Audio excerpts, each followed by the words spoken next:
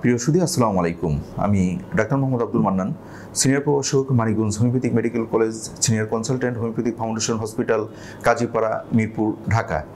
আজকে আপনাদের সাথে একটি খুবই কমন একটি সমস্যা নিয়ে কথা বলতে যাচ্ছি, সেটা হচ্ছে স্থূলতা। স্থূলতাটাকে আমরা কিন্তু একটা রোগ হিসেবেই চিহ্নিত করব, এবং স্থূলতা একটি মারাত্মক রোগ।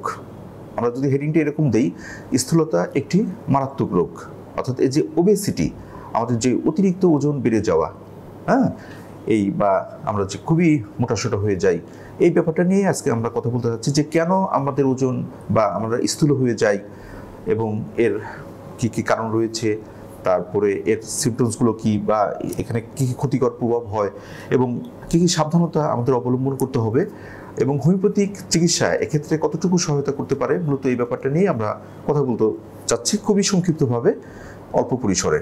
এই যে খাবার দাবারের ব্যাপারটা, আসলে কারা মোটা হয়ে যাচ্ছি বা কাদের আমরা স্থূল হয়ে যাচ্ছি, বা স্থূলতা বলতে কি বোঝায়?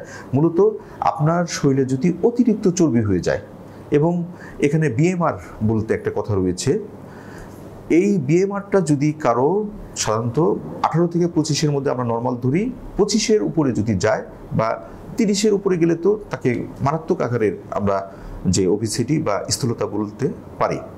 আমাদের বিএমআরটা দেখতে হবে যে যাদের বিএমআর 30-এর উপরে গেছে তারা কিন্তু স্থূল বা ওবেসিটিতে আক্রান্ত, এবং এটা নানা ধরনের সমস্যা সৃষ্টি করবে। এখন কারণগুলো কি কি হতে পারে? এখন আপনি দেখা যাচ্ছে যে অতিরিক্ত সব সময় চর্বি জাতীয় খাবার খাচ্ছেন, বা আপনার যে ক্যালোরি নিচ্ছেন, আপনার প্রয়োজনীয় যে ক্যালোরি নিচ্ছেন, খাবার খাচ্ছেন, সেটা যদি আপনি সেভাবে যদি ব্যয় না করেন বা সেভাবে যদি পরিশ্রম না করেন, তাহলে কিন্তু এটাই আপনার ভিতরে চর্বি আকারে বা ফ্যাট আকারে জমা হতে থাকবে। এবং যারা দেখা যাচ্ছে যে খুবই আরামায়েশী জীবনযাপন করে, পরিশ্রম করে না, তাদের ক্ষেত্রে আমরা এই ধরনের সমস্যা খুব বেশি হতে দেখেছি, বা স্থূল হয়ে যাওয়ার ব্যাপারটা রয়েছে। তারপরে হরমোনজনিত একটা কারণ রয়েছে, বিশেষ করে যারা থাইরয়েড, হাইপোথাইরয়েডিজমের ভুগছেন, তাদের কিন্তু এই মোটা হয়ে যাওয়া বা স্থূল হয়ে যাওয়ার সমস্যাটা হয়ে থাকে। তারপরে মানসিক রোগ, আপনারা দেখবেন যে যারা মানসিক রোগে আক্রান্ত তারা কিন্তু অতিরিক্ত মোটা হয়ে যায়। এই ব্যাপারটা কিন্তু খুবই একটা স্বাভাবিক একটা ব্যাপার।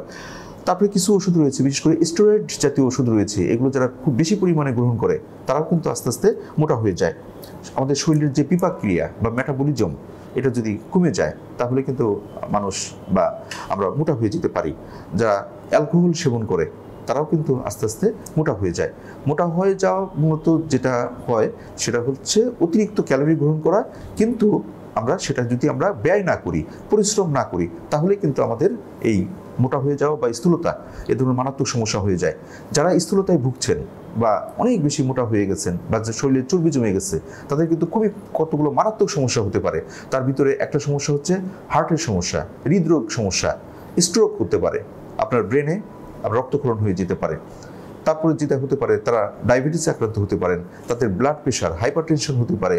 তারপরে দেখা যাচ্ছে যে এ ধরনের যারা রয়েছেন তাদের ভিতরে osteoarthritis, sleep apnea, fatty liver, এ ধরনের সমস্যা খুব মারাত্মক আকার ধারণ করে, এমনকি ক্যান্সার পর্যন্ত হয়ে যাওয়ার সম্ভাবনা রয়েছে। গর্ভাবস্থায় অনেক ধরনের জটিলতা সৃষ্টি হয়। মূলত আমরা এই যদি অতিরিক্ত ওবেসিটি বা স্থূলতা আক্রান্ত হয়, তাহলে আমরা এই ধরনের মারাত্মক ঝুঁকির মধ্যে কিন্তু পড়ে যেতে পারি। আমাদেরকে এ ব্যাপারে আমাদেরকে সাবধান হতে হবে। আমাদের ওজনটা যাতে না বাড়ে, অতিরিক্ত চর্বি জাতীয় খাবার আমাদের পরিত্যাগ করতে হবে, প্রচুর শাকসবজি, ফলমূল খেতে হবে। আমরা যে খাবারটা নিচ্ছি সেটা যেন ব্যয় হয় বা এটা যেন আমাদের শরীরে না জমে, এজন্য প্রতিদিন অন্তত 30 থেকে 40 মিনিট আমাদেরকে হাঁটতে হবে, জগিং করতে হবে, ব্যায়াম করতে হবে। আমাদের আরাম আয়েশি জীবনযাপনটা না করে হাঁটাহাঁটি করা, ব্যায়াম করা এবং শাকসবজি এবং লাইফস্টাইল মডিফিকেশনের মাধ্যমে আমরা কিন্তু এই ওবেসিটির সমস্যায় ভুগতে পারি। তারপরেও যদি কারো এ ধরনের সমস্যা বা আপনি ম্যানেজমেন্ট করলেন, নিয়মকানুন মেনে চললেন, তারপরে যদি আপনাদের সমস্যা বা ওবেসিটি না যায়, সেক্ষেত্রে কিন্তু আমাদের হোমিওপ্যাথিতে কিছু ওষুধ রয়েছে, যে ওষুধ প্রয়োগ করার মাধ্যমে আমরা কিন্তু প্রাকৃতিকভাবে, ন্যাচারালভাবে আমাদের এই ওজনটা কিন্তু বা চর্বিটা কিন্তু কমিয়ে আনতে পারি। বাজারে প্রচলিত অনেক ধরনের ওষুধ রয়েছে যেগুলো আপনার এই ওজনকে হ্রাস করতে পারে বা ওজন কমায় ফেলতে পারে, কিন্তু সেগুলো মারাত্মক সাইড ইফেক্ট রয়েছে। কিন্তু আমাদের হোমিওপ্যাথিতে আমরা কিছু ওষুধ প্রয়োগ করি, যে ওষুধগুলোর মাধ্যমে আমরা কিন্তু আস্তে আস্তে আপনার ওজনটাকে নিয়ন্ত্রণ করতে পারি। আপনার অতিরিক্ত যে স্থূলতা বা অতিরিক্ত যে ফ্যাট জমেছে, এটা কিন্তু আমরা নিয়ন্ত্রণে আনতে পারি। এবং এ ব্যাপারে আমরা হোমিওপ্যাথিতে যথেষ্ট ভালো উপকার পেয়ে থাকি। তাহলে বন্ধুরা, আজকে এই পর্যন্তই। আপনারা ভালো থাকুন, সুন্দর থাকুন। আল্লাহ হাফেজ।